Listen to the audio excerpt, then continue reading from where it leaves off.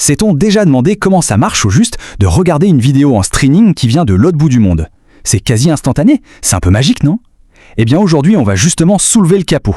On va faire un voyage des toutes premières origines des réseaux informatiques jusqu'aux outils bien concrets qu'on peut tous utiliser là, maintenant, pour commencer à bricoler avec tout ça. Alors, voilà le programme. On commence par un petit retour en arrière pour voir d'où ça vient, puis on décortique le mode d'emploi, les plans de construction et même le langage secret d'Internet. Et pour finir, le plus sympa, on verra comment monter son propre labo virtuel pour tout tester. Allez, on y va! Allez, première étape, les origines. Pour comprendre Internet, il faut remonter un peu dans le temps, à une période de grande tension, où le besoin de communiquer à tout prix a tout changé. C'est quand même fou de se dire ça, non? Comment un projet militaire né en pleine guerre froide a pu devenir le truc qui nous connecte tous aujourd'hui?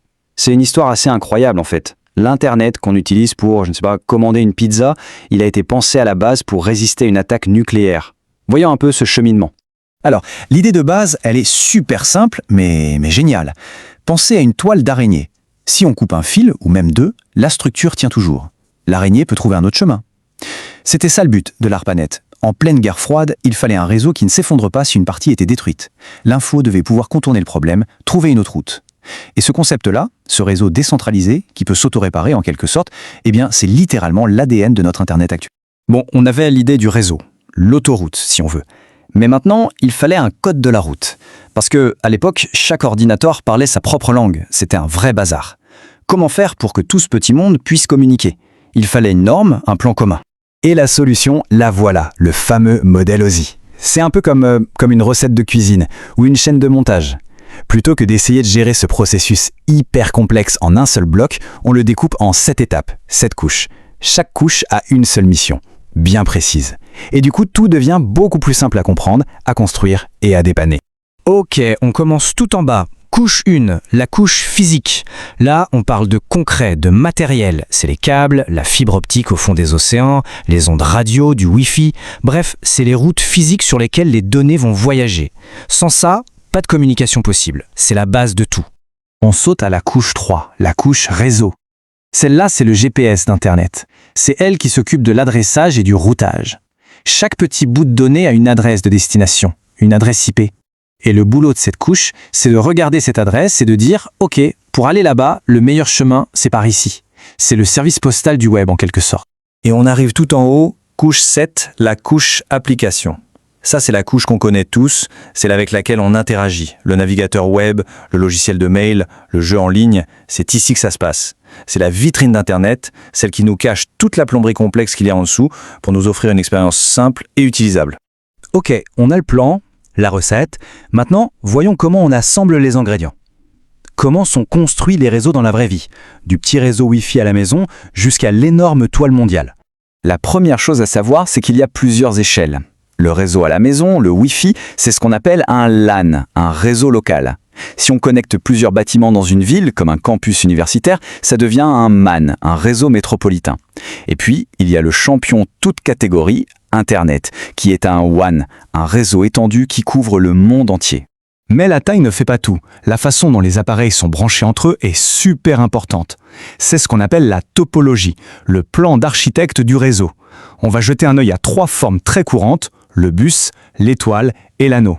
Alors le bus, c'est le plus simple, tout le monde est sur le même câble. Le problème, si ce câble lâche, tout le réseau tombe. Ensuite, l'étoile. Tout le monde est connecté à un point central, un switch. C'est plus robuste. Si un câble lâche, seul l'appareil concerné est déconnecté. Mais si le centre lâche, c'est game over pour tout le monde. Enfin, l'anneau. Les appareils sont en boucle. L'info passe de voisin en voisin. Chaque topologie a ses avantages et ses inconvénients. C'est souvent un compromis entre coût, simplicité et fiabilité. Bon, on a la structure, on a le plan. Il est temps d'ouvrir le capot et de regarder comment l'information circule vraiment là-dedans. On va parler le langage du réseau. Paquet, protocole et adresse. Voici la brique de base de toute communication sur Internet, le paquet IP. Quand on envoie quelque chose, n'importe quoi, un mail, une photo, ce n'est pas envoyé d'un seul bloc. C'est découpé en milliers de petits morceaux, les paquets. Et chaque paquet a son étiquette, son en-tête, un peu comme une enveloppe, avec l'adresse de l'expéditeur et celle du destinataire. Indispensable pour savoir où il va. Ok, on a nos paquets. Comment on les envoie? Il y a 2 grandes méthodes. D'un côté, TCP, c'est le mode fiable. Il établit une connexion, vérifie que tout arrive bien, dans le bon ordre, et renvoie ce qui est perdu. C'est un peu plus lent, mais c'est carré. De l'autre côté, UDP. Lui, il envoie tout et advienne que pourra. Pas de vérification. C'est super rapide, mais moins fiable. C'est parfait pour le streaming vidéo ou les jeux en ligne, où la vitesse est plus importante que de perdre une ou deux informations au passage. Bon, ça fait beaucoup de théorie tout ça. La question maintenant, c'est comment on met les mains dedans, comment on pratique sans avoir à acheter des serveurs et des routeurs qui coûtent une fortune. Eh bien la réponse, c'est la virtualisation. Aujourd'hui, on a des outils incroyables, des simulateurs et des émulateurs qui permettent de créer des réseaux entiers, super complexes, directement sur son propre ordinateur. Un vrai labo virtuel. Ces outils, c'est un peu un bac à sable géant. On peut construire, tester des configurations, voir ce qui se passe si on débranche un câble virtuel. Bref, on peut tout essayer, tout casser même, sans aucun risque. C'est juste génial pour apprendre, pour se former ou juste pour expérimenter par curiosité.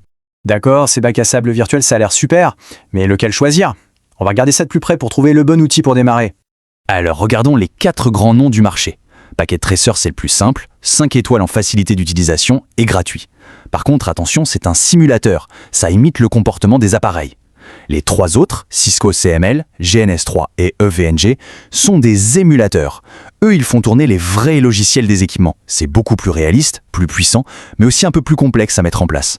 Le choix va vraiment dépendre de ce qu'on veut faire et du budget disponible. Pour résumer, comment choisir? Si on débute et qu'on veut juste comprendre les bases, sans se prendre la tête, Packet Tracer, c'est parfait. C'est simple et gratuit. Si l'objectif, c'est de passer des certifications Cisco avec le logiciel officiel, alors Cisco CML est la solution. Et pour ceux qui veulent aller plus loin, créer des labos complexes avec des équipements de différentes marques, alors GNS3 ou EVNG seront les plus puissants et les plus flexibles. Et voilà, on a fait tout le chemin, des projets militaires secrets de la guerre froide, jusqu'aux outils qu'on peut installer sur nos machines. On a vu la théorie, les plans, et maintenant, on a les outils pour passer à l'action. Alors la question c'est, par quoi on commence? Qu'est-ce qu'on va bien pouvoir construire avec tout ça?